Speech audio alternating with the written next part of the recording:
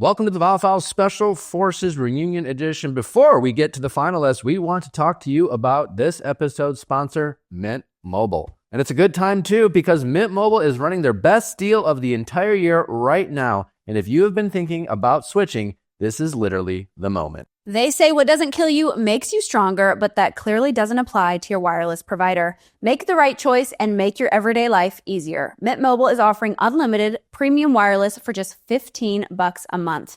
Their biggest deal of the year, and honestly, the kind of upgrade that actually feels like a winner. Mint is offering their 3, 6, and even 12-month unlimited plans for just $15 a month. Every Mint Mobile comes with high-speed data and unlimited talk and text on the nation's largest 5G network. The service is incredibly reliable, and you do not have to pay those ridiculous monthly bills anymore. And switching is so easy, you can bring your current phone and your number straight over to Mint.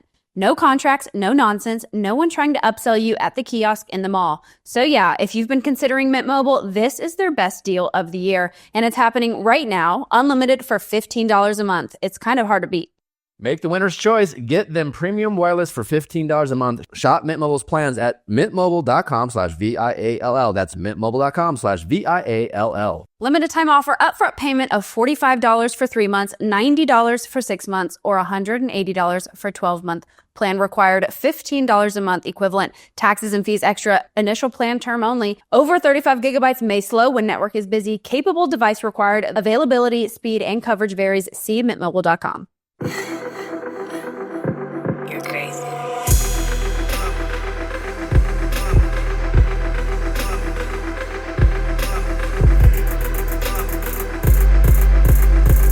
What is going on, everybody? Welcome to the Viall Files. This is the Special Forces Reunion Edition.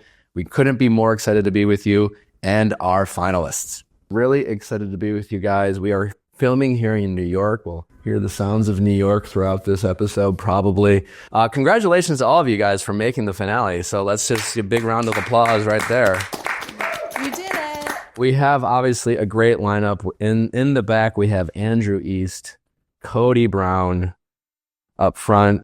Shawn Johnson East, Brianna LaPaglia, and Gia Giudice. What a group. Look at us, guys. What a group. Going in, I mean, like, did you ever think you would be here? No. I thought I was going to die there. Yeah. Did you have an expectation of like, oh, I'll probably leave day 2, day 3? Or was every day like just pushed to the next day? Yeah, that was my mentality. Yeah, it was like get through to get back on camp and make it to the morning. It's like once we get back in our cots and the lights go out, we can survive another day. Well, I wanted to give a big shout out to the ladies in front. You ladies were the real finalists, no offense to the guys in the back who got eliminated during the interrogation. I know, Brianna, like technically No, you didn't pass the course. I'm so damn as mad. as a fellow Special Forces recruit and winner.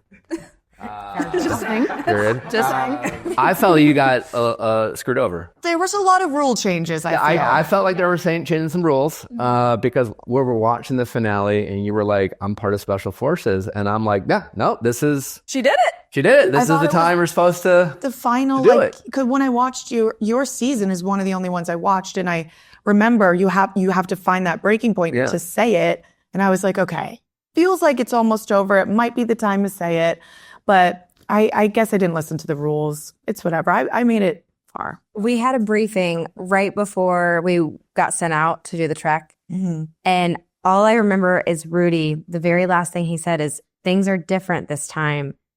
We will be coming to rescue you. And I remember thinking like, because they went way too long. They went so much longer than they even told us. And I was like, are they actually coming? Or do we have to do this thing? When we heard the birds chirping, Oh, gosh. I was like, okay, we made it. Like, it's ending. It didn't end for like another 7 hours. Yeah, we went until like 5 p.m. It was so bad. Well, I'm excited to hear all the juicy details. I know as someone who's been on the show, like watching it back can be a little frustrating because this is an experience for all of you. Like just put your heart and soul out there. These challenges lasted hours. Often we're getting to see glimpses of these moments. I'm excited to hear more about it. Also, the 5 of you are very dynamic personalities, and I definitely want to like hear more about you guys as people. I do want to start just by like, I'm just always fascinated with the show because, you know, for the people who don't know, obviously when Fox comes and asks you guys to come out, they pay you to show up, right? So there's a little money up front, but from the moment you get there, you can leave. You can show up and be like, this is not for me. And so for the 5 of you, I'd love to hear from all of you. Like, what was the thing that made you not quit? You know, like, you didn't need to do this. You didn't need to put yourself through this experience. You know, Brianna, you carrying those chains and, like, you know, suffocating essentially. Like, truly, like, when people have come up to me and asked about the show, I'm trying to be like, no, they literally torture you. This is not like a metaphor. This is not a show. Craft services that you go to. Like, and none of you had to do it. So to me, I have a lot of respect for all of you, because it takes a certain type of mentality and a certain type of resilience. And I'm just curious I'd just love to maybe start with Gia. What's the thing that made you say, I'm going to keep going? Like, what was it inside of you? Honestly, as much as like the challenges were so scary, they also gave me a weird thrill. So I like enjoyed it, oddly. And the physical stuff, it all was motivating. So I was like, all right, I got past day 1. I'm making it to day 2. And it just was kind of that mentality. I just kept pushing myself each day. And we all told each other we're not leaving. So like, I'm not leaving without you. You're not leaving without me. And we all really motivated each other. That also kept us all going, I feel. Brie, what about you?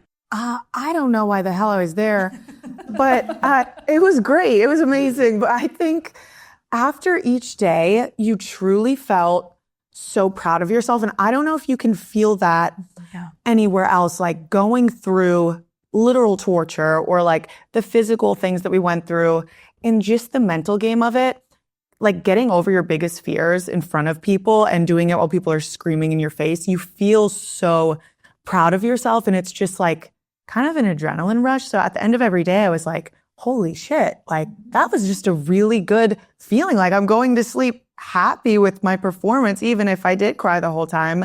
And I don't know, it just made you want to keep going. You didn't want to give up on yourself. It felt like if you quit, you were giving up on yourself. I felt like that was very obvious. Just like it shined through the screen. Yeah. We have, of course, Shawn being like, Murderball, that was kind of fun. Just a bee's fun. Murderball, I will say, was fun. It was terrifying, but it was fun. Your friend died. I almost died. I was definitely concussed. For me, I competed at the Olympics when I was 16, and I did all the blood, sweat, tears stuff my whole life leading up to that moment.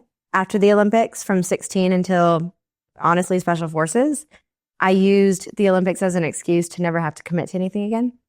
It was like, well, I did it, so I don't have to work out or finish this marathon or like whatever it was. Whatever goal I had in mind, I was like, I don't really need to do it. I've been to the top of the mountain. Absolutely. Yeah. And I think it kept me from committing to anything and working hard to do anything again. And so I started doubting myself over the years that I was even capable of doing that again.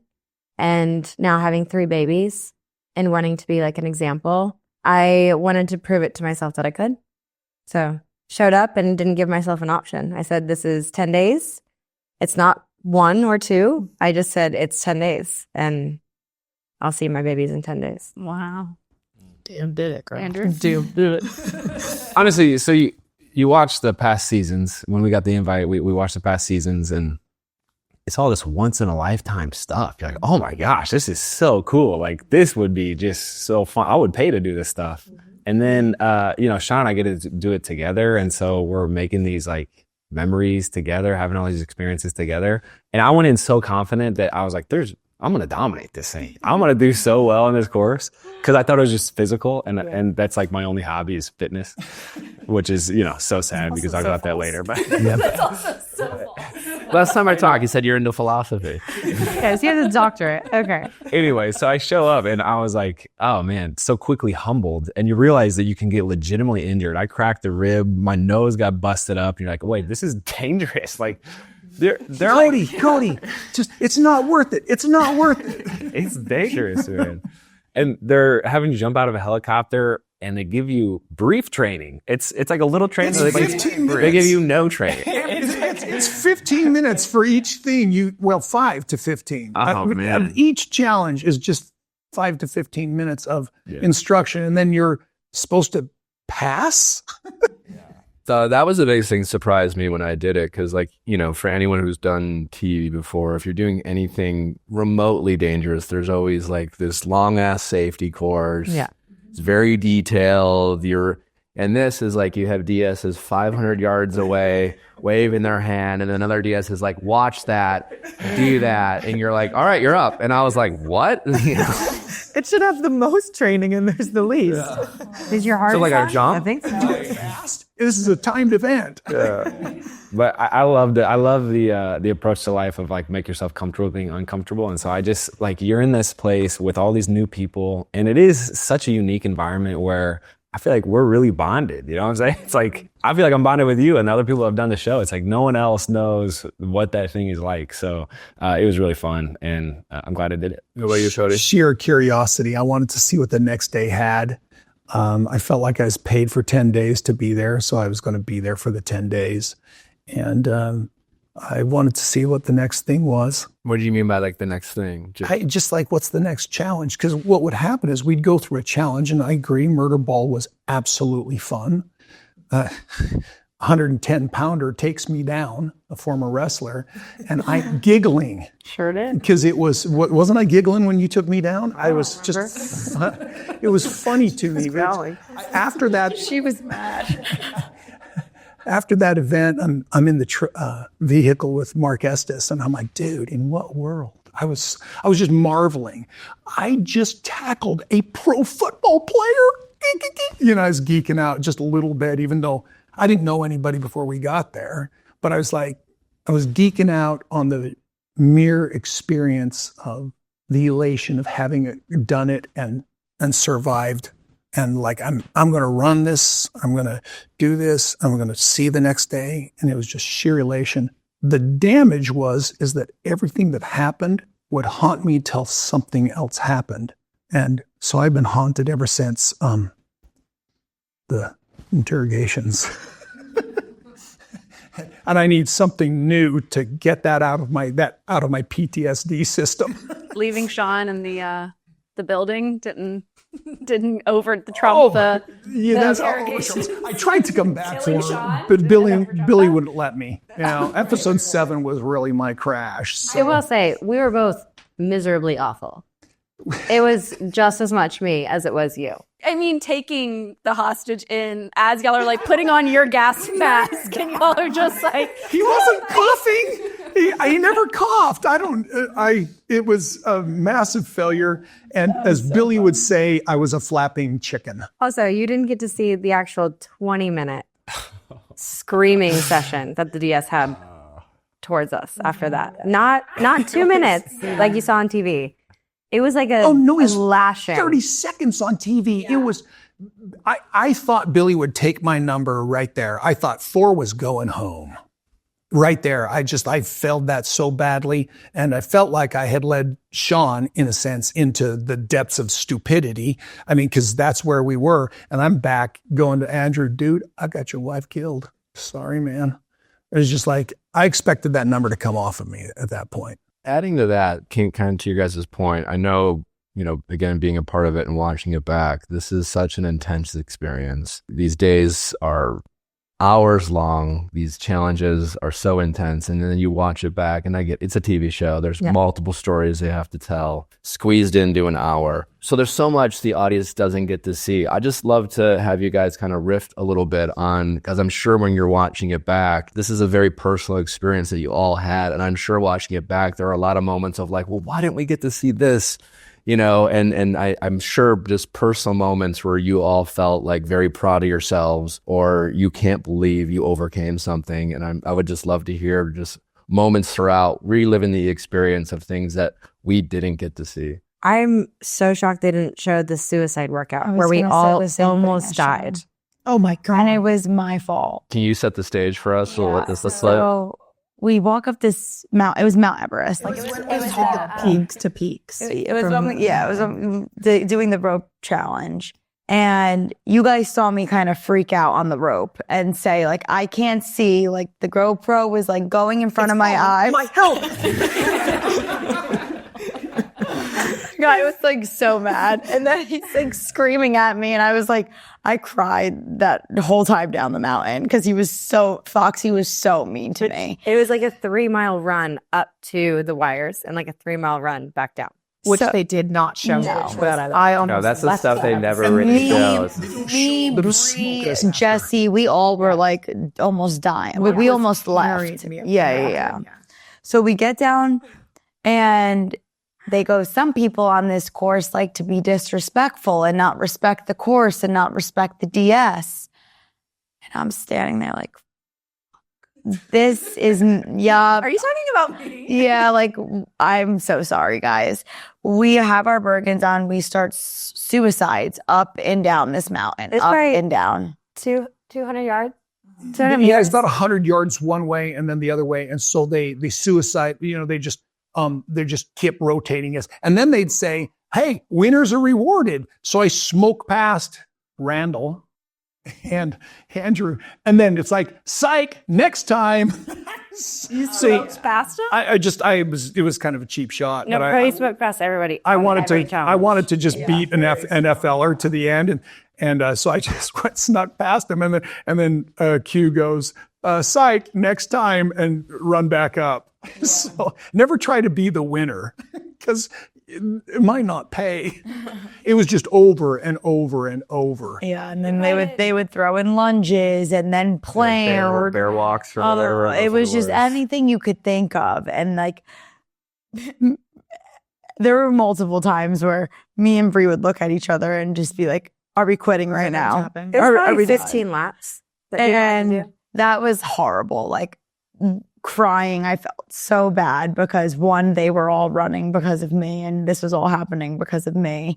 And it was actually just horrendous. Like, it was horrible. Did you guys do any like prep or training? Like, are you guys like physically like working out every day? I know Andrew, his whole hobby is working out. I think Kody goes to the gym a few times, but like you ladies, like how much physical training do you guys have prior to going to this course? I think we could tell I didn't have any. We really couldn't tell. I didn't. After everything. I went on a half-mile run the week before. Okay. And I was like, yeah, I'm going to die. So I have to quit vaping. So I did on the day that we started the show. And yeah, I was in the back a lot, but I was trying. I was like, all right, if I can see them, I'm with them. And I just tried to keep up. And she just kept being like, I remember it was when me and Kody went on our mission. You're just like, Brie, come on, you got this. Just jog. We need a light jog. We need a light pace. And then I was like, all right, just let me get in front. Because if I'm starting the pace, then we can all stay together. Yeah. And yeah. And that was Shawn's biggest advice, even to me, because I think I had the strength. Like, I work out like pretty often, but my like I don't like running. So Shawn was like, Gia, like, we're small. You got to get in the front so that you can like set the pace. Yeah. And that's why I was always in the back sometimes when we were running, because like their legs are a lot, longer than ours. And I was like, I can't keep up. But that was probably the hardest thing for me, was the running aspect of it. Andrew, anything happened that you wish were shown? We had a whole half day of doing this canyon hike. They didn't show any of it. It was like this crazy hike to this canyon over these boulders. We jumped over like this cliff. No, I died. This chasm. It was Like how long was that? I looked like a fly. It was like 5 or 6 hours. They smoked us for a half hour after you brought us back. They didn't show any of that. Like poisonous frogs. Oh yeah, we could have like twisted an ankle 5,000 times on that terrain. Or had to like sprint down a canyon a few miles. We're not hooked up to anything on the side of a cliff. Like, if someone in the back were to fall, It was actually really sketchy. we would have Really died. sketchy. Yeah, it was crazy. And I remember I fell. I wanted like a blooper reel of me because I know. I was in the front for that, because like I was like, all right, let me go in the front for this, guys. I can't keep up. And I tripped over something and my Bergen fell over my head, face planted on the ground. And I started laughing, and Q was like, this isn't funny, Brianna. Get up now. Oh, it was so bad. But they didn't show any of that. That was the only time where I feel like production crossed a line, because the safety guy, every time we were going over a cliff, he would just grab me and put me down, because it was probably like a 12-foot drop. Yeah. And these guys are like climbing down it. And I was like, I don't know how to get down. He just grabbed me. Crazy.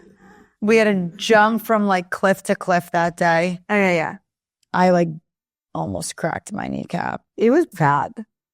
Yeah, so that will never be shown. Speaking of Q, he was one of the DSs that throughout the course, he was probably the meanest on our season. And he was like the DS that like throughout the course, I was like, I want to get his validation. Like I wanted like almost like a hug from Q because he was just telling me I was a piece of shit constantly. Who was the DS that for whatever reason you guys wanted to like prove yourself to? Because I think they were all very good at certain levels, like finding a way to get through and try to drive you guys. Who motivated you guys the most? I would say Q and Rudy motivated me the most, like throughout, even Billy. The person I wanted to prove it to was Foxy because I thought he hated me. And then, I mean, I find out he doesn't hate me. I don't know. I really bonded with like, I want to say like probably Q the most. Like I like cracked Q on like day 2. I made him laugh and like, yeah. Do you remember what you said? Yeah. I was like alone walking around. I don't know what I was doing, but Q like comes in and I was like, can we like break character for a minute? Like I need some like realness from you right now. Can we just like laugh? He just like started laughing and was like, you got me. All right. And I like was like, okay, I see some like human life in you, but he was awesome. I think my only way of saying they don't really show any of that, but I would just always crack jokes and be like, when they laughed, it made me really happy. But I think Billy got me through the show. What they didn't show on episode, was it 2 where we were like in the plane sinking? Yes. Yeah. I like really lost it going up there. I was like trembling, shaking, crying. And Billy took me aside and really like walked me through it and was like, you can do this. Like, it's all up to you. It's in your head. He got me through that. He got me through fighting. He got me through clearly the chains. You guys saw that. Like without him, I probably wouldn't have made it to the end. So Billy was like, he was my God in that show. He really helped me a lot. Yeah. I'd say Q. I feel like I don't know what it was, but like very early on, I really feel like I pissed Q off. And I don't know why. He was just like out to get me. And he's the one who I felt like I wanted to prove it to the whole time. And I'll never forget the chains, kind of like Billy with you with the chains. Q came up next to me and he walked the entire like mountain side by side with me, just like saying, don't quit. You can do this. And it was his voice that I listened, like I replayed over and over the entire interrogation. Because I was just like, we're going to get through it and make it. And then when we jumped up on the stage, whatever, he was the first one to like actually hug me. And I was like, oh God. Are you sure? I ended up telling him at the end, I was like, you scared me the most. And he was like, me? I was like, yeah, you're intense. Andrew? I think Foxy, I wanted his approval most, just because I feel like he's a guy I want to hang out with. So I was like, I just want to be good enough to be in your circle. But him and Billy, I think they would make cheeky comments out on the course, and I feel like, I don't know, yeah, I would want to spend more time with them. It's been fun to like message them after still, and it's like they're all like so well accomplished. You dig into their backstory, and you're like, oh my gosh, these are the real deal dudes. So. Yeah, it's been fun getting to know them after the course and the human side of who they are and their stories. It's really Q came to our wedding and he was like the most loved person there. Went to your wedding? This is amazing. Yeah. It's like dancing with everybody on the dance floor. Like, it's like, who is this guy? Completely different. Invitations to his wedding. Gave a little speech. That or You gave a speech? Yeah, we had like a welcome party, and then there was like an open mic where like people could come and like say nice things, and Q came up. Yeah, I love you. He's so great. He's amazing. Cody, who is it for you? So I thought Rudy Reyes had the most charisma for connection. Rudy just felt warm to me almost the entire time. So you have this place where you just want to please these guys. But Billy comes up to me in the very beginning. I've seen most of 3 seasons, and he puts my head in the water, forces my head in the water when we're still in our civilian clothes. And I giggled in the water and choked because I giggled because Billy pushing my head in the water was like Eddie Van Halen stringing my guitar for me. It was just because you were such a fan of the show prior to it? I wanted, here's the thing, some of my motivation my whole life was pleasing my coach because I was an athlete as a child. And I wanted to have a beer with Billy really bad. And I wanted Rudy's approval. So it was it's a weird thing being in that place because it's so like a love bipolar. It's so bizarre because it's, Q comes up to me and says, "Good job, number 4." And I say, "Thank you, sir." He says, "Shut up." It's just so, the entire experience is surreal out of your mind.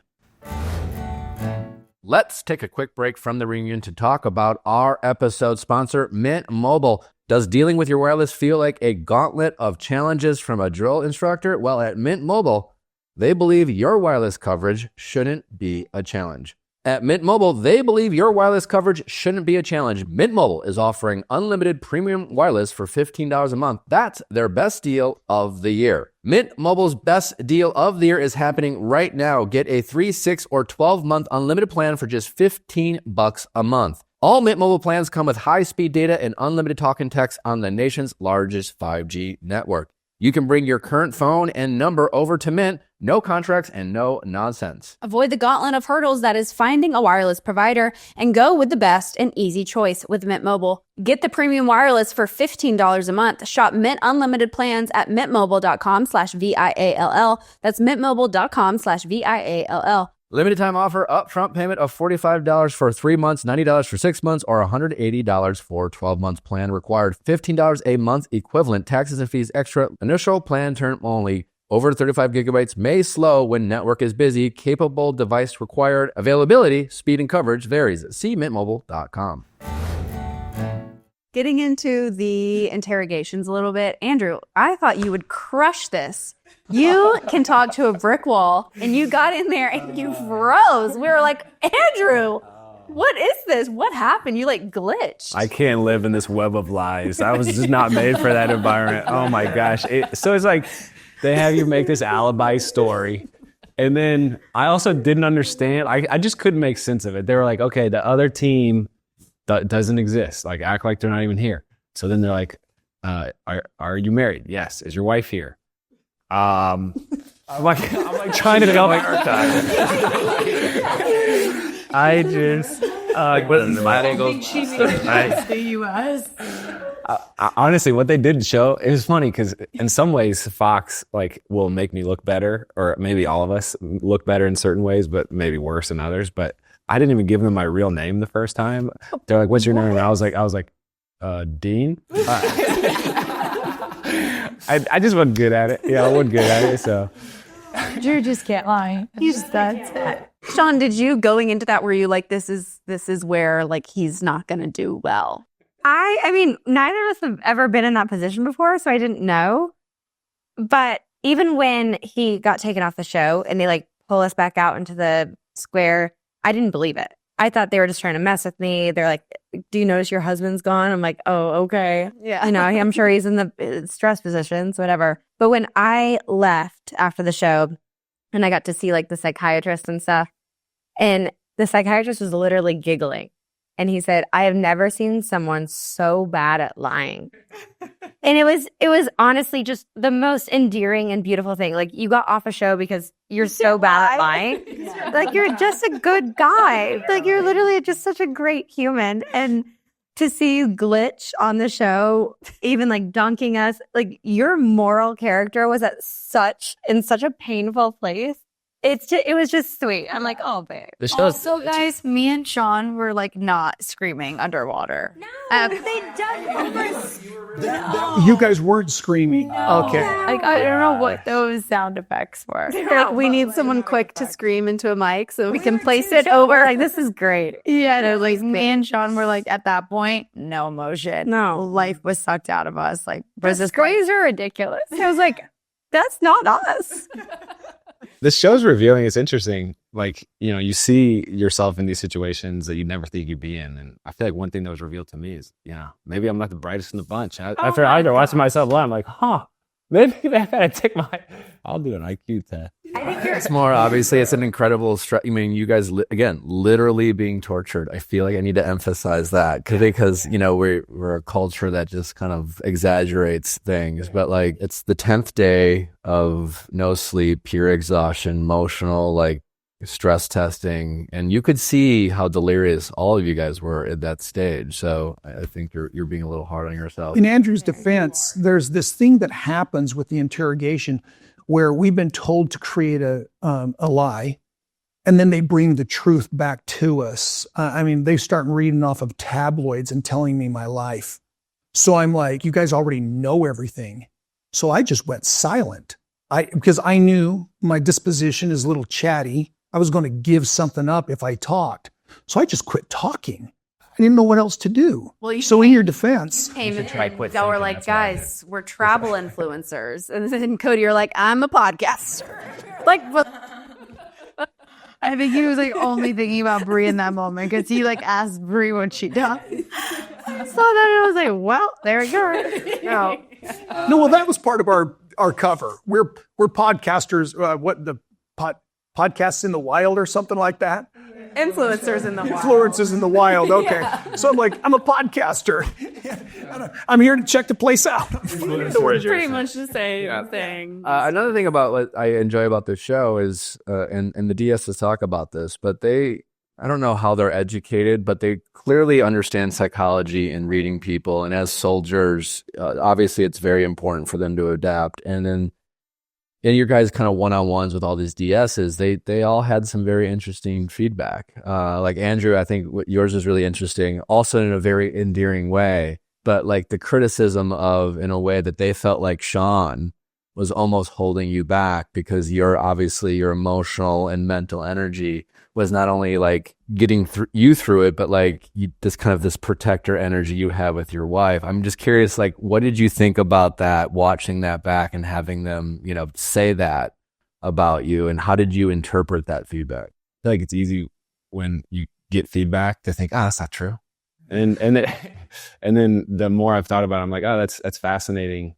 But in some ways I feel like I've embraced it, where it's like, that's what I want. I want to have a teammate, what's the saying? If you want to go fast, go alone. If you want to go far, go together. It's like, yeah, I'll like slow myself down gladly. If the team wins, then I win. And that's how I feel. So I've thought about it often, not just what was said in that mirror room, but also just like the off-camera conversations. They do have some really fascinating insight.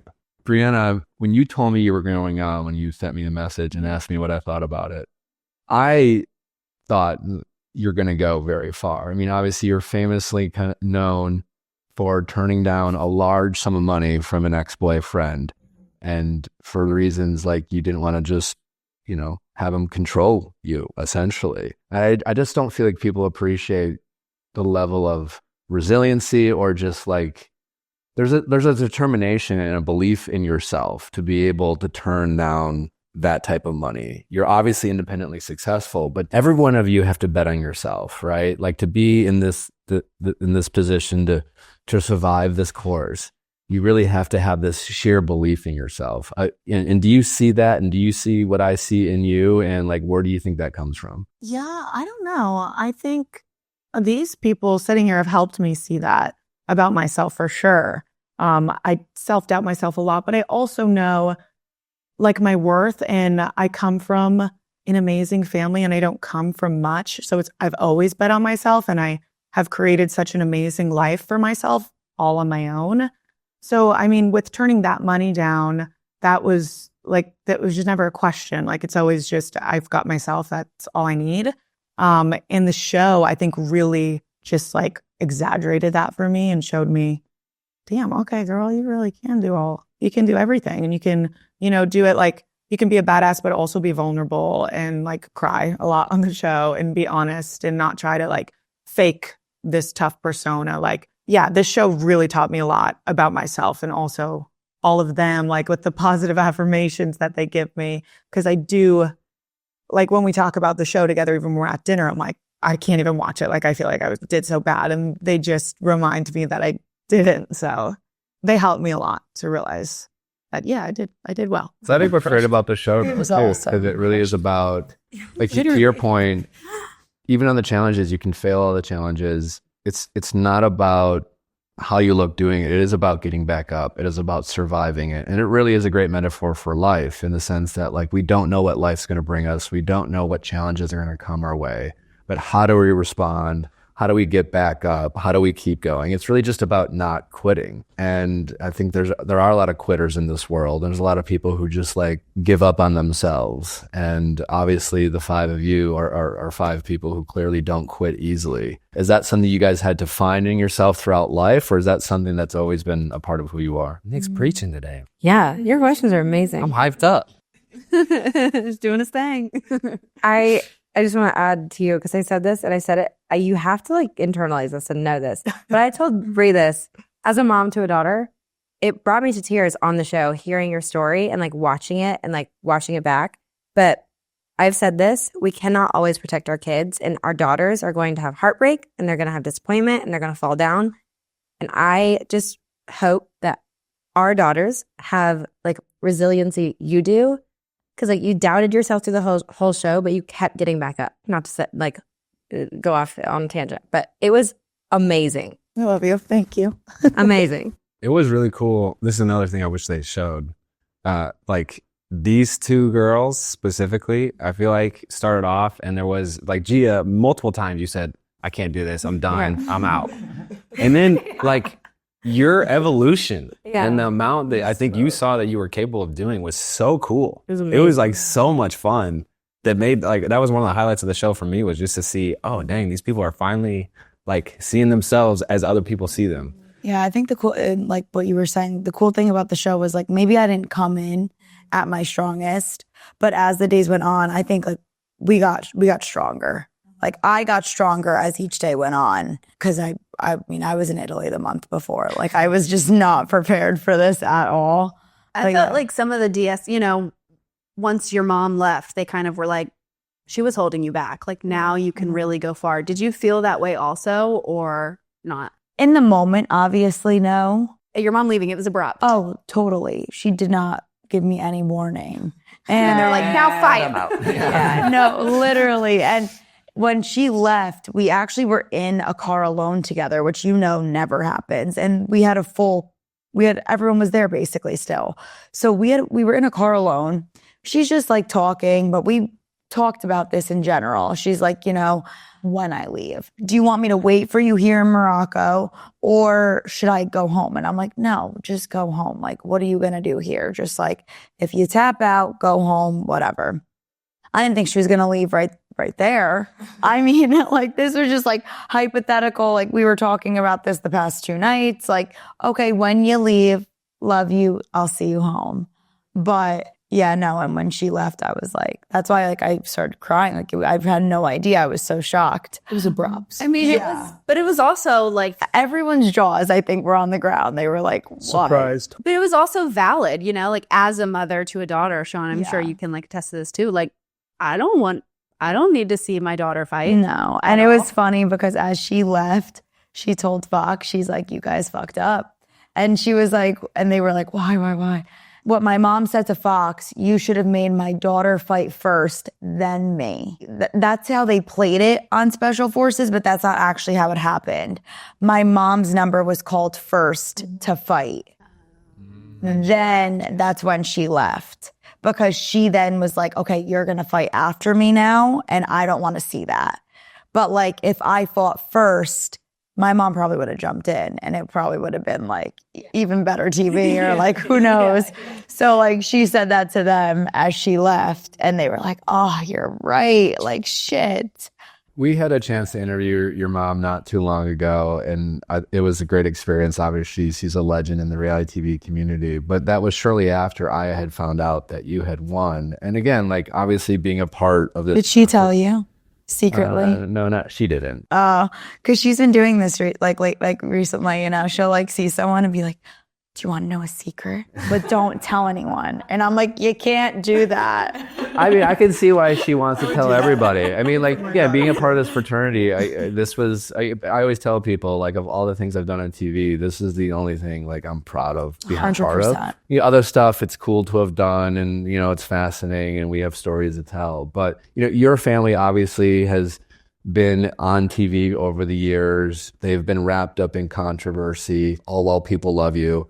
But I also it was just really cool to see, I think your mom should be really proud, obviously, of what you accomplished. And I think she should get a lot of credit because, for whatever people may or may not think about your family, again, like I don't think people appreciate just how difficult this whole course is and the level of character it requires to want to challenge yourself and push yourself through that. I think, so it was just very cool to see, you represent your family the way you did. No, thank you. And I also think selfishly though, too, I was like proud to finish it for myself, like to do it alone and not, and I said this even in one of my interviews on Special Forces, not that I wouldn't have loved to finish this, of course, with my mother as well, because that would have been iconic, but I was happy to just like do you felt so proud after yeah. I wonder what that's like. You did it. I just had a follow-up question to that. Do you think you have some street cred with your cast on Next Gen? And who, if anyone in your cast, do you think would have a chance at completing this course? I think Ariana Bierman. I think she's got like the mental strength and physical. She works out a lot to do it. She's been through a lot too, kind of like me growing up on reality TV and just family stuff. So, well, coincidentally enough, we had your mom on, what was it, after episode 1 aired, I think? Yeah, that's right. She kind of talked about like the conversations that you and her had about bringing your family back together. And Nick was, very pushing her to want to do that and that kind of things. And then to see, obviously, BravoCon, your uncle and your mom, like come back together, do hug, be, they said they met up. Like, what does that just mean to you and your family? I mean, yeah, it's awesome. I think anyone that was rooting for anything differently, there's something wrong with you. Yeah. So, they only have each other. So it makes me really happy to see them back together. And it was such a fun weekend. We went to one of his comedy shows. Like, we had a really good time. And it's just nice. I'm excited to like build the relationships again and just build that trust. And I'm so happy, to have them back in my life too. So he was my best friend growing up. So it's cool just to see the reconciliation and like see my mom have her brother back.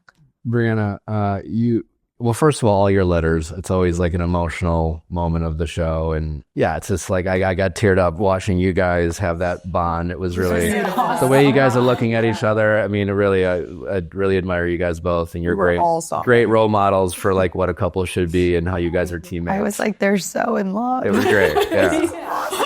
I'm on the plane flying here, just like kind of like having a tear down my eye. But Brianna, you wrote your letter to your dad. Yes. And I obviously have a young daughter. We hear so many conversations in the zeitgeist of pop culture or people talking about, parent-child relationships. And we hear a lot of things about like daddy issues, especially when it comes from women. My wife has been open about her relationship with her father and their, prickly relationship. But obviously, it was just great to hear from someone like you who obviously has an opposite point of view in the relationship you have with your dad. And I'd just love to have you talk a little bit about your relationship with your father and what he's taught you, and just elaborate a little bit about that, just because I don't think we hear enough of positive stories about great fathers today. Yeah, I will say, because my mom will kill me, I did write her a letter too. They just didn't put it in the show. Understood. It's a beautiful letter. Okay, it was. But yes, I have great relationships with both of my parents. But my dad, it is so important, I think, for women to just have great relationships with their dad, because you base so many of your relationships going forward with men off of the relationship with your dad. You chase things that you see in your father. And I think for young girls, your first, like the love of your life is your dad. Your first best friend is your dad. He was my hero. And growing up, I mean, my dad just always encouraged me to be whatever I wanted to be, whoever I wanted to be. I was his fourth daughter, so he did raise me as a little bit of like a boy. He really wanted a son. I wore boxers until I was like 8.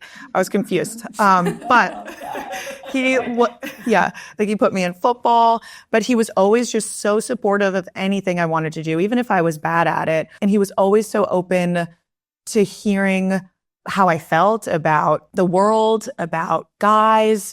He created a relationship which was an open door, where I didn't feel scared to tell him anything or scared to be honest with him about anything. And I think that surely changed my life for like ever. I mean, it made me into who I am. So yeah, my relationship with him is so important. And his voice was in the back of my head the whole time. I'm thinking of him like being at my basketball practices, being like, go B, like he would scream B from the stands. So whenever I was in those dark moments or in interrogation, I'm hearing my dad's voice, which was awesome. So, and how did he create that open relationship? Because I think that's something obviously we all want for our kids to be able to tell us things and not hide things. Like, what do you remember specifically, like how he made it a safe space to come to? Yeah, I mean, I think just growing up, he was always, he didn't really look at our relationship as a one-sided thing, where when I would open up to him, he would open up to me. And I think at a young age, it made me realize that, you know, when we look at our parents, sometimes we glamorize them and we don't realize that they're also people. So from a young age, I realized that, you know, our parents are doing life for the first time too. They make mistakes. He was always honest and open about things he struggled with me, and taught me to also be honest about the things that I struggle with, not to be ashamed of them. I think it was, you know, creating that relationship where it's like, hey, I'm your dad, but I'm also human, and you're going to experience the shit that I experienced one day. I'm not this like superhero. I'm your friend. I'm your mentor. And at the end of the day, like, I'm going to like kick your ass if I have to. But, you know, I think it's that like open relationship where they're honest about how they feel as well. Who are you most proud to tell that you went as far as you did? Oh, my dad, for sure. Yeah. My dad, for sure. He doesn't really know how to work a phone or anything. So like he doesn't, this show is major for him. Like he doesn't even know what I do in my life. He's like, you're going on this cool show? Same with my dad. He's like, what is a podcast? I'm like, I can't explain. Never listened to my podcast before, but this show, the first person watching it. So yeah, he's my biggest supporter. Shawn and Andrew, there was like a clip after the letters where you were like, I just want to cuddle you. Oh. Was that like, there was also a clip of Jesse and Eric where she was like straddling him, and we were like, "Whoa, that's crazy!" Like, that was all the time when they were together. She was straddling. You know, I respect it. You know, they were in love, hot and heavy for each other. Yeah, but were y'all kind of like, we'll get yelled at if we like how did you approach like showing each other affection throughout this process? We kind of just went into it. I think it's the athlete mentality behind both of us is like we understood the professional side, and whether that was like warranted or not, that's just kind of like how we acted. So we went into it kind of putting our professional faces on and saying, we're going to follow the rules. We're individuals. We're recruits. We're, you know, not going to show too much PDA, because it was also, you know, you had Randall Cobb just desperately missing his wife, and Kody, and like, everybody missed something from home. So we knew that we had a luxury there that a lot of people didn't. And we didn't want to rub that in people's faces. But I do, after, that was like when we wrote the letters, it kind of like brought my guard down. And I was like, I just want to cuddle. I don't want to be an army man no more. I don't want to be no more. It was very sweet. Kody, obviously you have a very fascinating story that I think a lot of people are fascinated with. And again, like, this show brings out so many like cool metaphors about life. But like, and one of those is that like, it's kind of never too late to like change course, right or wrong, you know, work on yourself, acknowledge a mistake. The DSs obviously came down on you pretty hard towards the end in your interrogation when they talked about your relationship with your children, all 18 of them. I'm curious, like, since Special Forces has ended, has anything changed with the relationship with your kids? And have you used this kind of reflection in those conversations with the DSs to kind of like think about how you might approach things differently with your children? Well, before I got divorced, before 3 divorces, one after another, I had what I thought was a great relationship with all of my children. So I feel like they were kind of victims of the divorce experience. And of course, they were closer to their mothers. So as they go on and their mothers are bitter, and we live in a business, and we're in a business where really throwing hand grenades is what starts happening when you break up. So I was distant from some of my children, but not from all of them. I have a very close relationship with 3 of my daughters, and a working relationship with 4 others, and then a relationship I'm working on with others. And so I was already in that space where I was going through a process of apologizing to my ex-wives for my part in the breakup. And the same was going with off camera with, just trying to be in touch with my children and try and work that stuff out. So it was a hard experience with the DS because from a military perspective, I felt like if you're partly responsible, then you're wholly responsible. So I felt like I owned way more than should have belonged there. But in reality, whether fair or unfair, I've always been working on the relationship with my children, one way or another. Yeah. Being on Special Forces hasn't per se improved that relationship. Coming home from Special Forces was so humiliating that when I came home, I felt humble, very, very humble. And so I was, that sweetness in life. I'm much more engaging with my children. I'm reaching out to my children more often, that kind of thing. But it doesn't always come from an experience like this of a breakup in a family. And it wasn't just a divorce. It was a breakup of a family. It was the whole family breaks up. So working those things out is something that's been on my mind before and after Special Forces. Special Forces just gave me an element of humility. Yeah. I just came home going, just so humbled by the experience. Yeah, there was a line there where you said you wanted to push back, but then you were like, you know what? I'm the common denominator, which I thought was very honest of you, and I appreciated you saying that. But understand that there's a lot of people in this family, and there's a lot of personalities, and everyone played a role in obviously you said the breakup of the family, but as kind of the patriarch, the leader of the family, especially in your culture, I'm curious, what specifically have you reflected on, maybe since Special Forces or just in general about things that you've wanted to work on as a father to make those connections with your children that aren't still close better? Well, the first thing I thought I needed to do was sort of get some healing with their mothers, the ex-wives, because I figured if there was some healing there, then the children feel like they didn't have to be so loyal to their mother, that they could actually have a relationship with me. So I just think they were victims of the divorce in that sense. So the common denominator was me. I mean, I've had to really do a lot of soul reflection, specifically to figure out, sort of why did this all go this way? What happened? And it is nuanced, but yeah, I'm the common denominator. And it was a funny experience to see myself on the show because I am very quirky and I didn't know that. So I see myself on. That was the first time you realized? Well, no, I'm a different person on a different show, Sure, and okay. it's based on how they edit Yeah. and how it goes. But I was I saw myself for 16 years now on television, and I go to Special Forces and I see somebody very different than who I was on Sister Wives, and that was an interesting experience. Does 3 divorces at once sound, is that as expensive as it sounds in real life? It's been an expense of emotions in a way that is inconceivable, I think. And no, it wasn't. I mean, there was no legal marriage.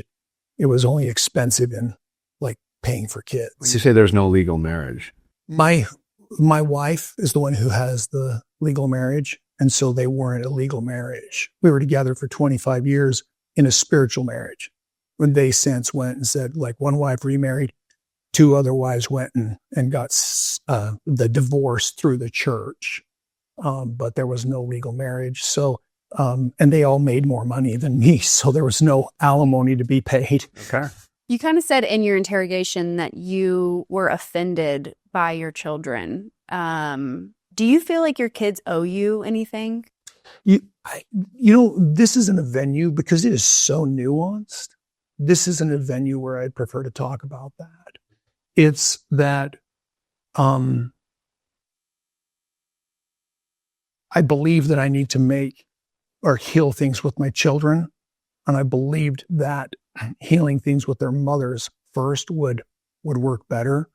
But I've been in touch with them, or I reach out to them often. Those who are not reaching back, the responsibility for a relationship is on 2 people, especially when you're adults. Almost all of my children were adults when the divorces happened. So they were already grown out of the house into their own families.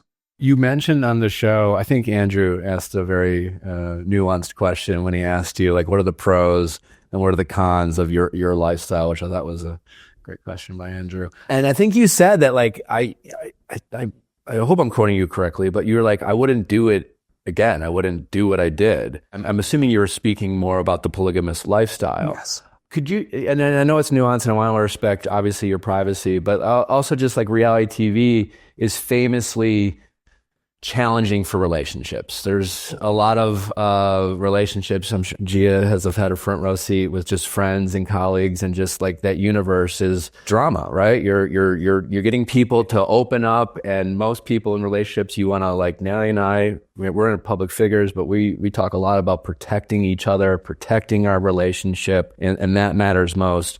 It's very difficult for people who are on TV where the job is to be open. Do you think the lifestyle or you being on a TV show impacted the marriages that didn't work out the most? Easily would be both. Okay. I mean, we were a family that was working hard to be together. Then certain things happen. People change.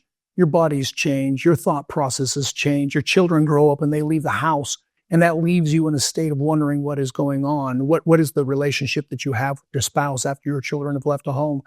These are all things that are very nuanced. But the thing about reality TV that is so dangerous for loving families is they're looking for the rub, the grind, the tension. They're looking for that. And if you play into that, you can be with your best friend and start looking critical. You can be with your wife and look critical or be criticized. And so it's you have to be really well grounded. And, 16 years into it, I'm just trying to still find my way in this world, because it's definitely a world of he said, she said. And it's hard to feel accountable. Like I can look at my hands and go, okay, here are the 10 things I'm accountable for. But that one you're trying to put on me isn't mine to own. And you kind of get in this place where you have to be super grounded, and I'm not. You guys all saw me lose my head, flapping like a chicken. So it's a challenge to be in reality TV. For sure. I like to retire my wife, Robin, from television so they can't pit us against each other now. How's that going? We're solid. Okay. Yeah. If you guys knew, I mean, I probably talked about her all the time. So anybody that was hanging out with me, it was like, I like to talk about my wife, who is shy, doesn't want me talking about her, but, favorite person in the world. On the show, the DSs towards the end made some comments about your feelings towards women in general. And obviously that's a strong statement by the DSs. And I was just curious, like, what you thought about that. Do you feel like there's, being a group of men who are good at reading people, do you think there's truth to what they said or not? Well, I've gone through 3 divorces, so I may have some real issues. Okay. But I don't believe I had the issues before the divorces, because I always preferred the company of women to men. In the men's world, you don't have to behave completely like a gentleman.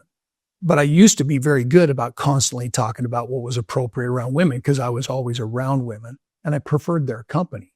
I think something just tweaked me a little bit. I mean, like, you can't come out of 3 divorces and not struggle a little bit with some kind of mental illness, I think. Fair enough. Yeah. Try it. I mean, like, in 3 years, do it. I'll take your word for it. And then be in public, so you're constantly hearing their criticism. It was really hard. So when I go in front of the DS and they're saying, this is yours to own. And I'm like going, I guess maybe I should just own it, because the criticism's coming and it's been here. And I just, frankly, I don't think it's a sexist thing in any way. I think it's simply that my experience in Special Forces was I was being told by the DS to do something. I'm going to do it to the best of my ability, whether that is good or not. And I'm going to push through. And so if they're yelling at me to move, I'm going to move, even if I'm like dragging a team. And if I think I'm going in the right direction, I'm dragging them in that direction. And sometimes it was the wrong direction. Yeah. Most of my holiday gifts end up in a drawer or the back of my closet or accidentally left at my cousin's house. Not this one. Mint Mobile is offering unlimited premium wireless for $15 a month. That's the best deal of the year, aka the only holiday gift I'll actually use every single day. Mint Mobile's best deal of the year is happening right now. Get a 3, 6, or 12-month unlimited plan for just $15 a month. All Mint plans come with high-speed data and unlimited talk and text on the nation's largest 5G network. You can bring your current phone and number over to Mint. No contracts and no nonsense. Don't get them socks. Get them premium wireless for $15 a month. Shop Mint Mobile unlimited plans at mintmobile.com/VIA out loud. That's mintmobile.com/VIA LL. Limited time offer, upfront payment of $45 for 3 months, $90 for 6 months, or $180 for 12 months. Plan required $15 a month equivalent. Taxes and fees extra. Initial plan term only. Over 35 gigabytes may slow when network is busy. Capable device required. Availability, speed, and coverage varies. See mintmobile.com. And welcome back to the Viall Files Special Forces reunion. I love to, again, speaking to the point that we don't get to see a lot of things, obviously in the finale episode, that's like a 12-hour, the DS has mentioned how it's a 12-hour interrogation. Once Andrew was gone, sorry, Andrew, and it was just the four of you, right before like Kody, where you got exited, could you guys just like walk us through the behind the scenes of that whole situation where like, it seemed like you three women were working out, seemed like the DSs were waiting on you to say something. Can you guys walk us through like what was going on? Because I feel like watching it, we were all just like a little confused by some of the finer points of what was happening. Yeah. I think like that whole scene was set because when we got our briefing, we decided it would be better if we just knew each other. We pretend we didn't know Kody. So I thought like the best thing for me to say was, oh, Cody's just like a creep because he's an older guy. Like, that's an easy out. With that bad hair. Yeah, like he's an older guy. I just talked to her. I don't really know who he is, but like we're on the same retreat thing. So that kind of pushed this narrative where I think they wanted to turn us three against Kody. Basically. The way that like I felt was going, or like what I felt was going on, it was like every hour we would go back. They put the bag over our heads. They put the headphones on, put you in stress positions for another hour, and they would pull us back out. It was always us three and Kody. And what I remember happening was we all had these alibis and stories. And kind of like Kody alluded to, when they started asking Kody questions to like explain his alibi, you just went silent, which like you explained, you were afraid of like giving up information that wasn't good. And we kept going through these motions of they would bring us out. They would put all three of us through a workout, a bee sting. They would lock us in a mud pit. They would pour water over our heads. They just kept doing it until Kody would speak.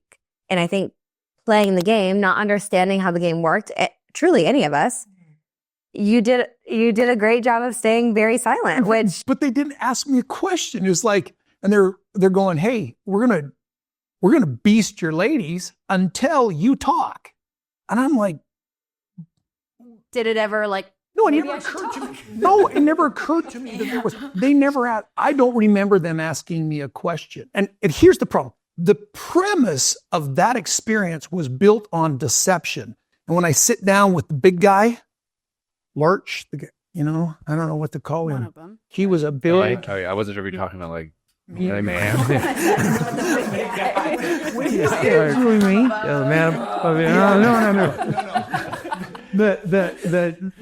The interrogator. Interrogator. He is sitting there and he knows my life story, essentially from tabloids. Sure. And I realized there that I had failed because he was giving me breadcrumbs to buy off the situation. But none of this makes the edit. And because he knew everything about me, he's taken a selfie with me. My wife watches your show, is what he says to me.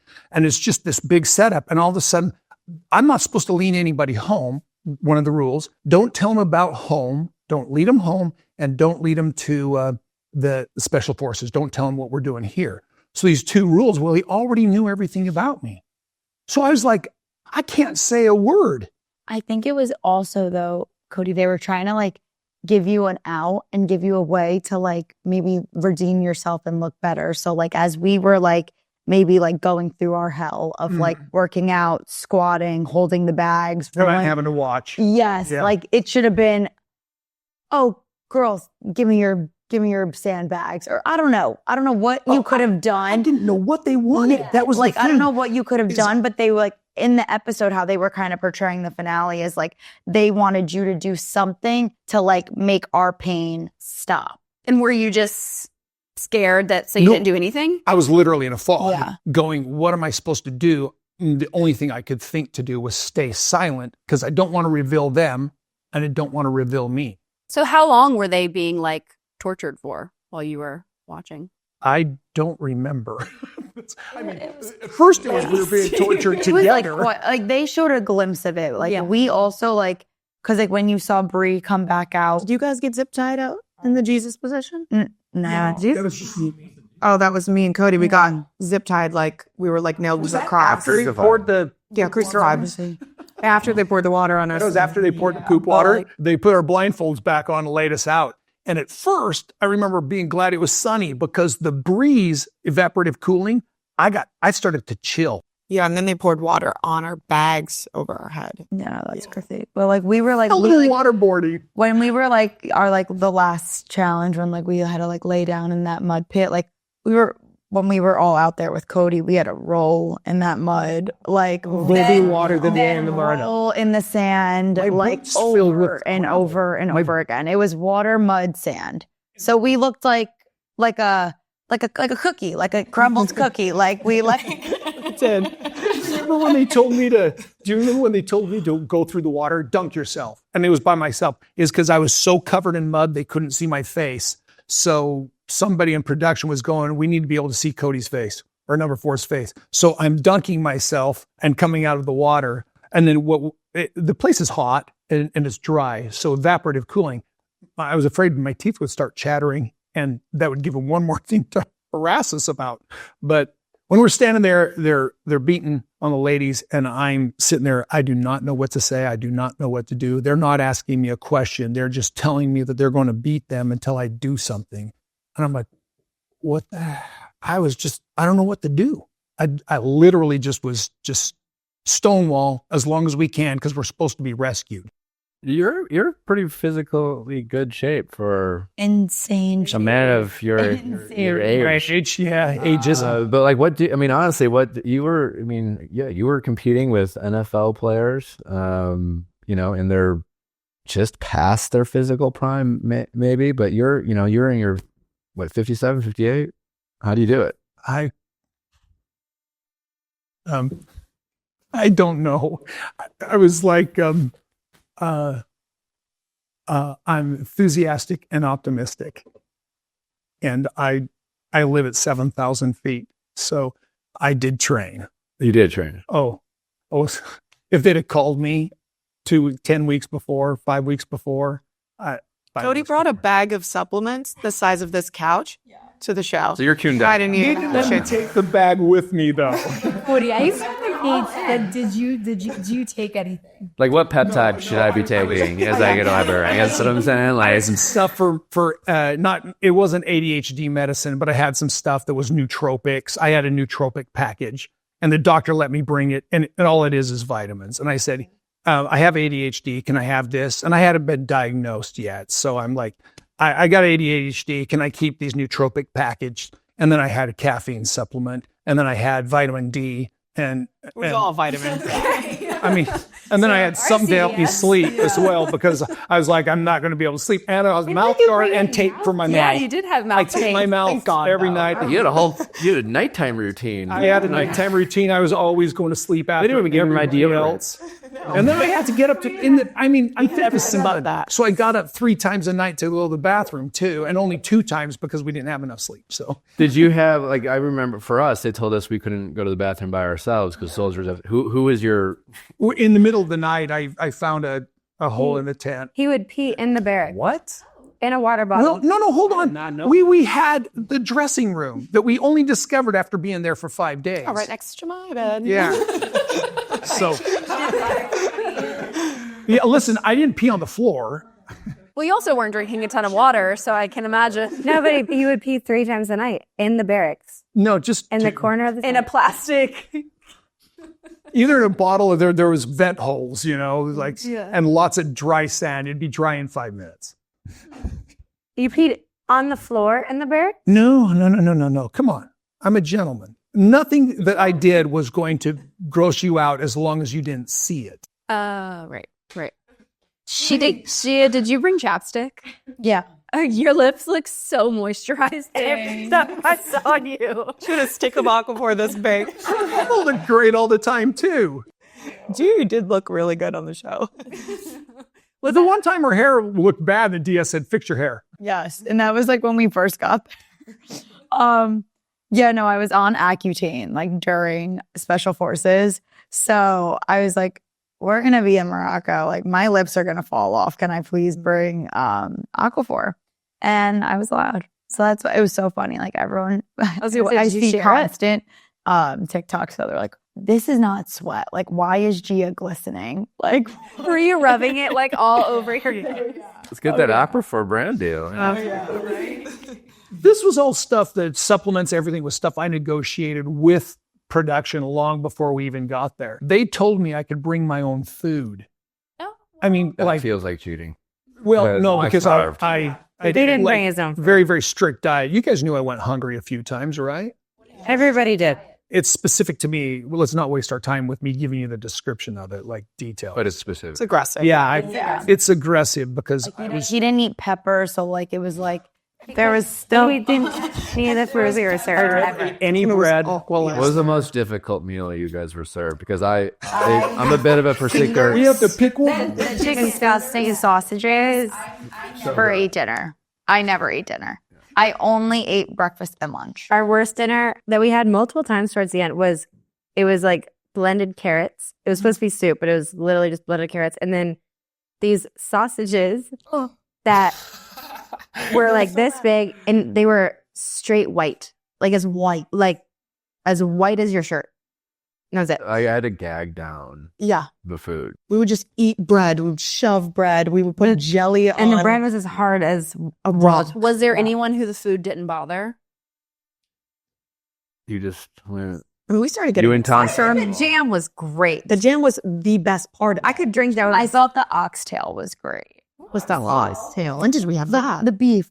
The beef was The short rib. The short rib. Yeah. We had the fillets. It was my best meal was when we got punished and me and Randall had to eat out of the banked food. It was our punishment. Best food I ever had. Barties. Yeah, I was like, I want that every night. I had two. I really liked the hard-boiled eggs and the powdered coffee. I would have killed for hard-boiled eggs. Yeah, they served us like the runny, barely cooked carton scrambled eggs. I was like, I can't. No, we had hard-boiled eggs. We had Randall on Tuesday. We got to talk to him, and we asked him about the snack box that he brought out to everybody. I have to own that. We all have to own that because when he comes out all excited, we should have looked. Somebody should be just suspicious. I'm mad at you and Chanel. Chanel and you. Yeah. You knew it. You knew it. Yes. Rewatch it. I didn't know you guys had this whole debacle in there. Because they say not like we were literally looking at the cameras thanking the DS after. Remember? We're taking pictures, but in all fairness, we really did not see that it said DS room on it. We did not see that it was written on there. Chanel definitely So did. Chanel did. Chanel did, but then That's why I was mad at her. when Randall brought it out, I was like, all right, whatever. We're all eating it. He'll filter Screw his it. assumption. And then Randall did come out and he goes, this is a reward. I mean, we live in a reward world, right? This is a reward for doing so good today. And we all start celebrating. And none of us, Chanel only, to my memory, none of us questioned that it said DS room on it. If me or Randall saw that, we would have been like, yeah. Do you think you were set up, or do you think? set up. We were 100% set up. And then me, Bree, and Randall had to go in their shit tank. Was it worth it? No. And it wasn't. We literally all each had a sip of Coke, maybe a bite of a piece of candy. It was not worth it. Because our stomach, I was so pumped. I was like, Snickers bars, let's go. And then you have one bite and your stomach's not in the right condition because you've been eating carrot soup and whatever they've been feeding you for 5 days. So you couldn't eat more, otherwise you get sick. How did y'all feel about the tunnels? Terrifying. That was Randall's hardest part. probably one of my hardest is I had a panic attack. There's that shot of you where Oh my gosh. She didn't show the best part, which was Bree cussing out the DS. Because she didn't do it. Yes. I don't even remember. You threw your helmet at him. You did? Yeah.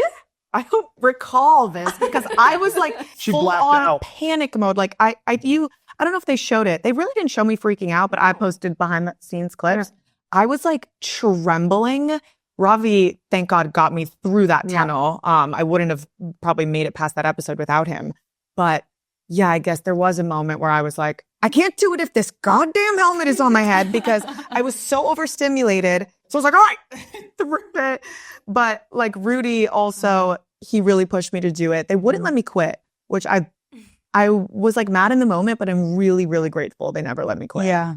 But I was like literally trying to quit. The tunnels were awful. Wouldn't. Yeah, that was the first time I saw you like waver after. Randall made a good point of like, you don't know you're claustrophobic until you're in For sure. that situation. 100%. Then I saw those tunnels. I was like, no. I don't know how to get 3.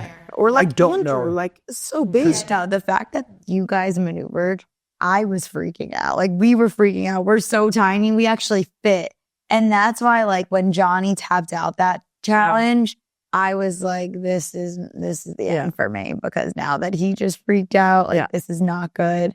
And he literally got stuck. Like he was freaking out so bad. And I wish they would have shown him actually freak out because it's not like he didn't tap out like as easy as they showed. He was really trying. And then it came to the point where his claustrophobia was like getting so bad that he was pushing up against the board above us to like get out.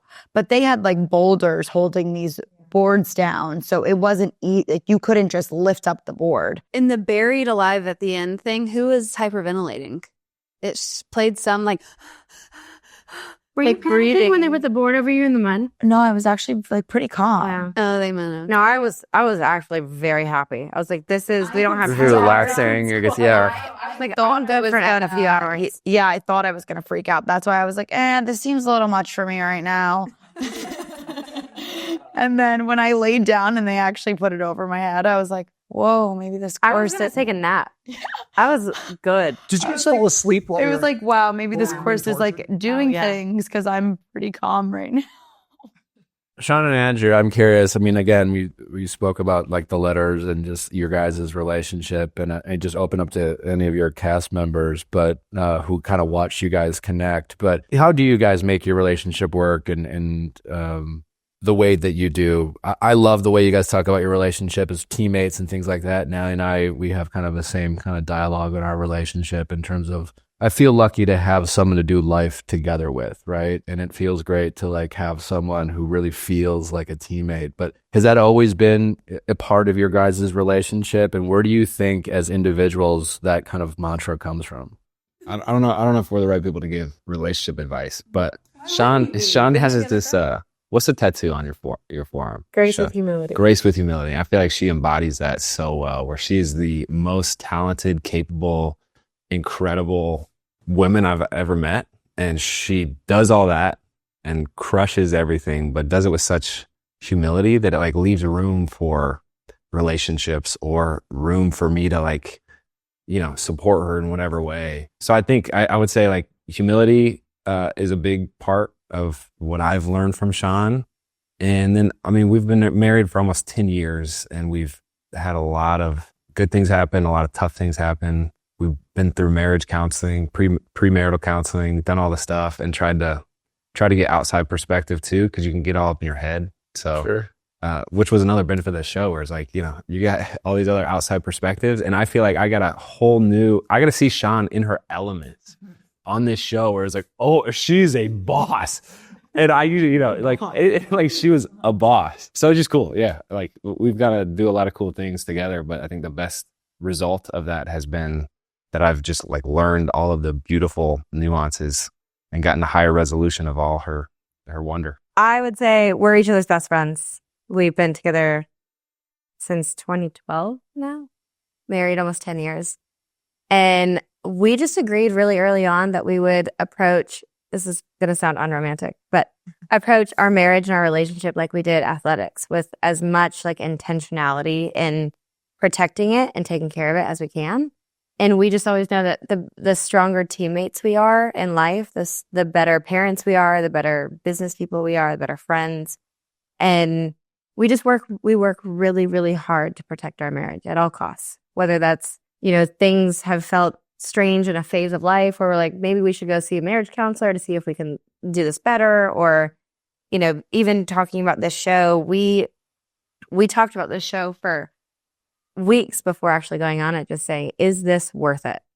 What is the absolute worst case scenario thing that could happen? And is it worth the risk? And we're just always trying to make sure that we prioritize our marriage, because What did you think the worst case scenario would have been? We had a lot of conversations about, would the show pit us against each other? And if they did, how would we approach that? How would we deal with it? So even going into interrogation, it's funny because we were talking about Andrew's mortified by the dunking scene.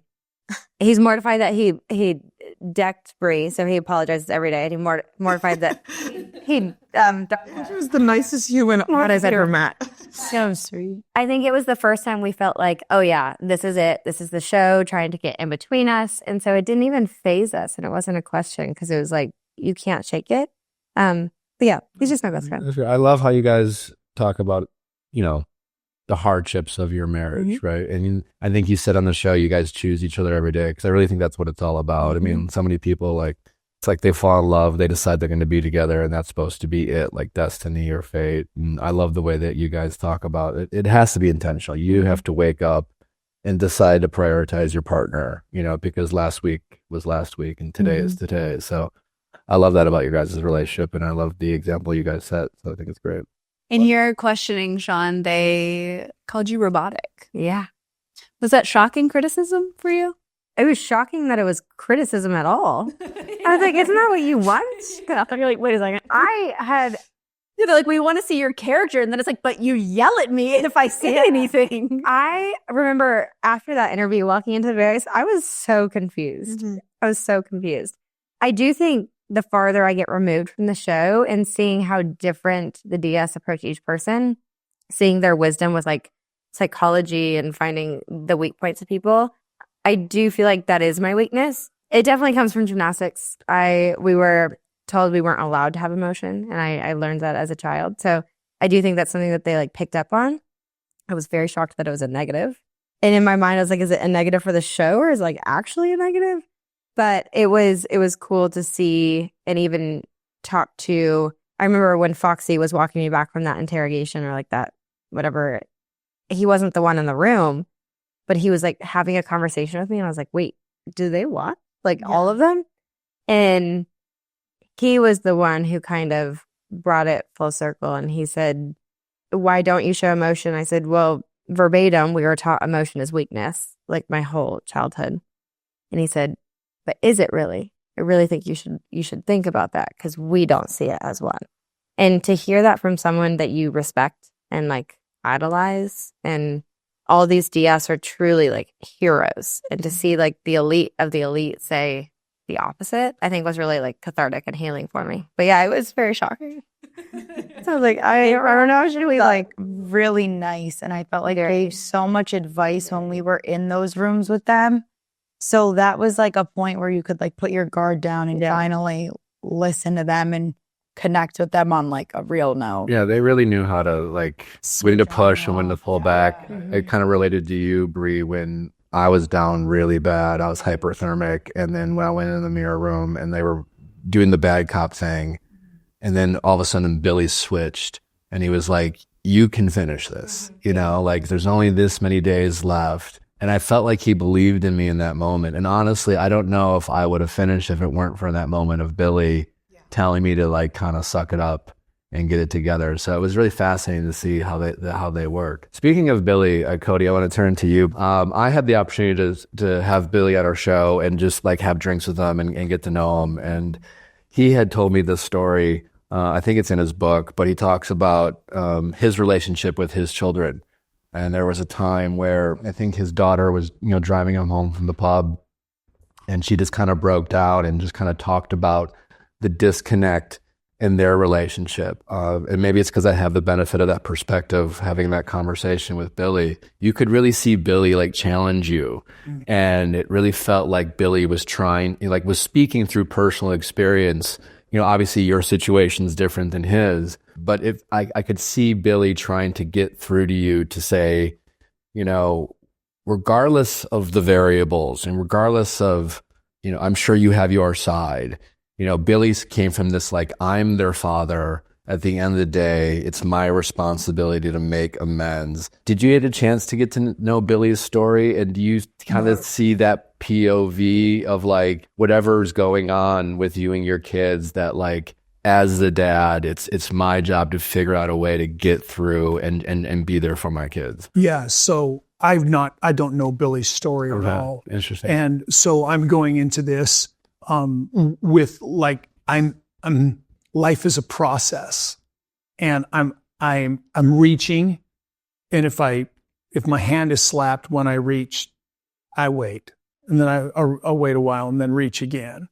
And then when, you know, the time comes when you reach and somebody's got to unload. So now you finally reach and it's time to unload. And then you start to heal things, and then you don't get a call back for a week. And then another, and then another, and then another, and you're wondering what's going on in their healing. So you become very suspicious. Are my kids talking about me? And are they all making an agreement? There's a big difference, though. There's 18. One is passed. The others don't all act the same as one or two. So I have a good relationship with many of my children. And so it's just a process. And we're in the throes. We're at the ending of a 5-year process of just divorce, making things worse and worse and worse. And I'm just trying to make them better and better and better. And I'm afraid that I probably can't do that while I'm still on TV, because the TV pushes a rub. And so I reach out, but not on TV. Yeah. When I do reach out on TV, it's very difficult. Yeah, it's a different situation. Yeah. I'm sorry, did you say you had one child pass away? I did, yes. A soldier. Wow. Yeah, but it wasn't from combat. Oh, I'm sorry. Sorry. Thank you. If I can give you any advice from someone who has not a great relationship with her father, don't stop reaching out. Don't stop showing them that you care and that you want to be a part of their lives. Even if they don't respond, keep calling, keep texting. I always tell them that I love them. I always reach out. Talk to me when you feel like you can. And when they, you know, sometimes it's very kind and sometimes it's not. And then you have that experience where I've got 5 children right here, right next to me, and they're very engaging. And so there's a tendency for me to put a lot of effort where it's effective. And so when I reach out, I make the effort, and a relationship requires 2 people. And I'm to a point now, it's like when they got to unload something that feels like it's cruel, you just sit through it. You just take it. I find myself very often being motivated to apologize for things that I don't feel like I should own.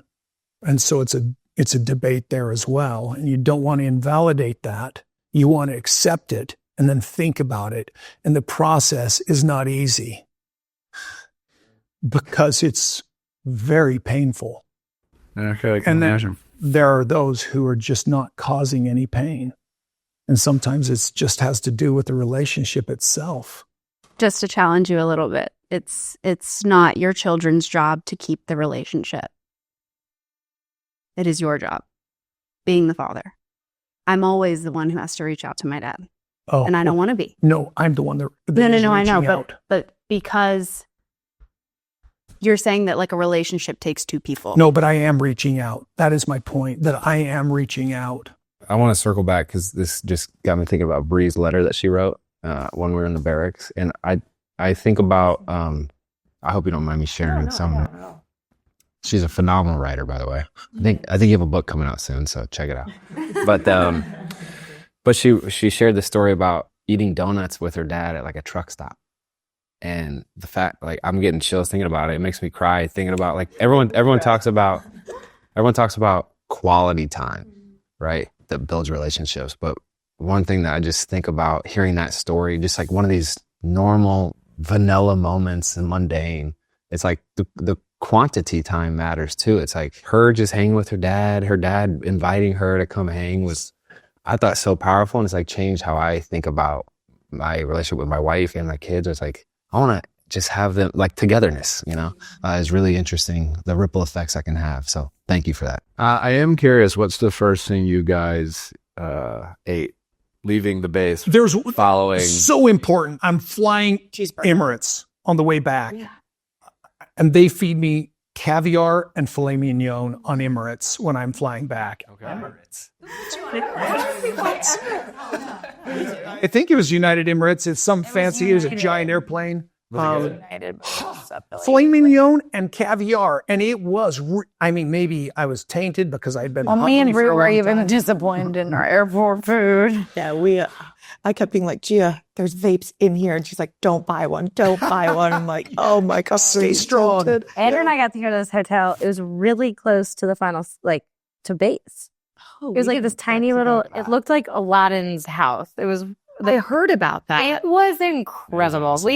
We feasted. It was like a bed and breakfast. And this Moroccan woman who lived there and she ran the place, home cooked a feast for Andrew and I. Yeah, good for you guys. What are you guys' plans for Thanksgiving? Bungee. Christmas Eve, though, every year. We'll see you there. What about you, Brie? I'm going back home to Boston. Okay. Mm-hmm. Cody? So just open the doors, everybody come, and I bake the turkey. And all my kids and we all cook all day long. What's your process for the turkey? Baking the turkey, I usually do the bag. And I'm anti-plastic because I don't, I'm just worried about health, but I have to do the bag because it keeps the turkey moist. And no pepper.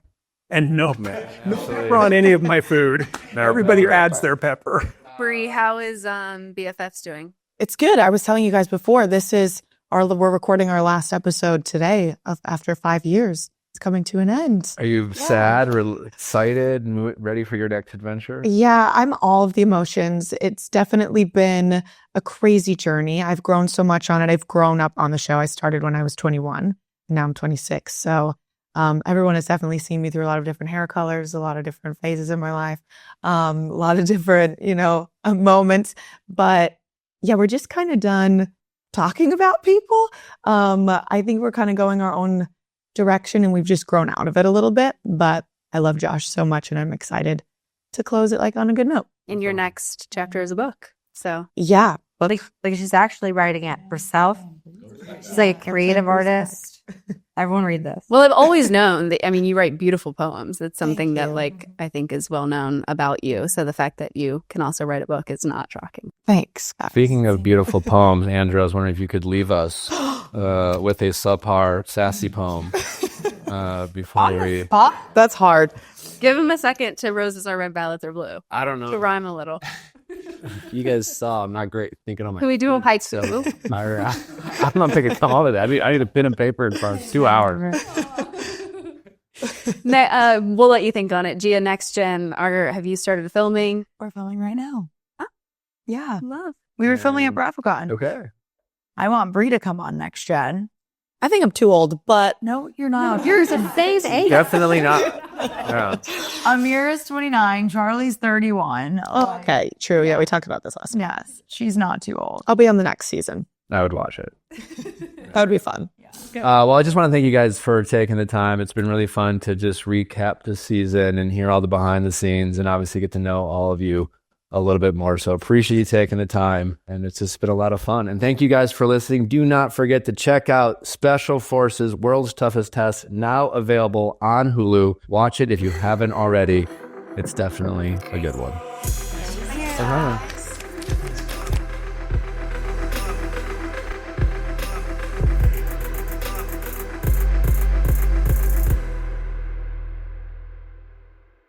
Thank you again for our sponsor, Mint Mobile, for sponsoring this show. Be like a winner and go with the wireless provider as tough as you are. Whether you're stuck in the jungle, desert, or any other obstacle course, Mint Mobile is there for you. And it's the perfect time, too. Mint Mobile is having their biggest deal of the year. If you want something practical, affordable, and actually useful, Mint Mobile has you covered. Unlimited premium wireless for $15 a month. This is their best deal of the year, and it's something you'll use constantly, not occasionally. Mint Mobile's best deal of the year is happening right now. Get a 3, 6, or 12-month unlimited plan for $15 a month. All Mint plans come with high-speed data and unlimited talk and text on the nation's largest 5G network. You can bring your current phone and number over to Mint. No contracts and no nonsense. You want your wireless provider to cover you in any situation. Get premium wireless for just $15 a month. Shop Mint Mobile plans at mintmobile.com/VIALL. That is mintmobile.com/VIALL. Limited time offer, upfront payment of $45 for 3 months, $90 for 6 months, or $180 for 12 months.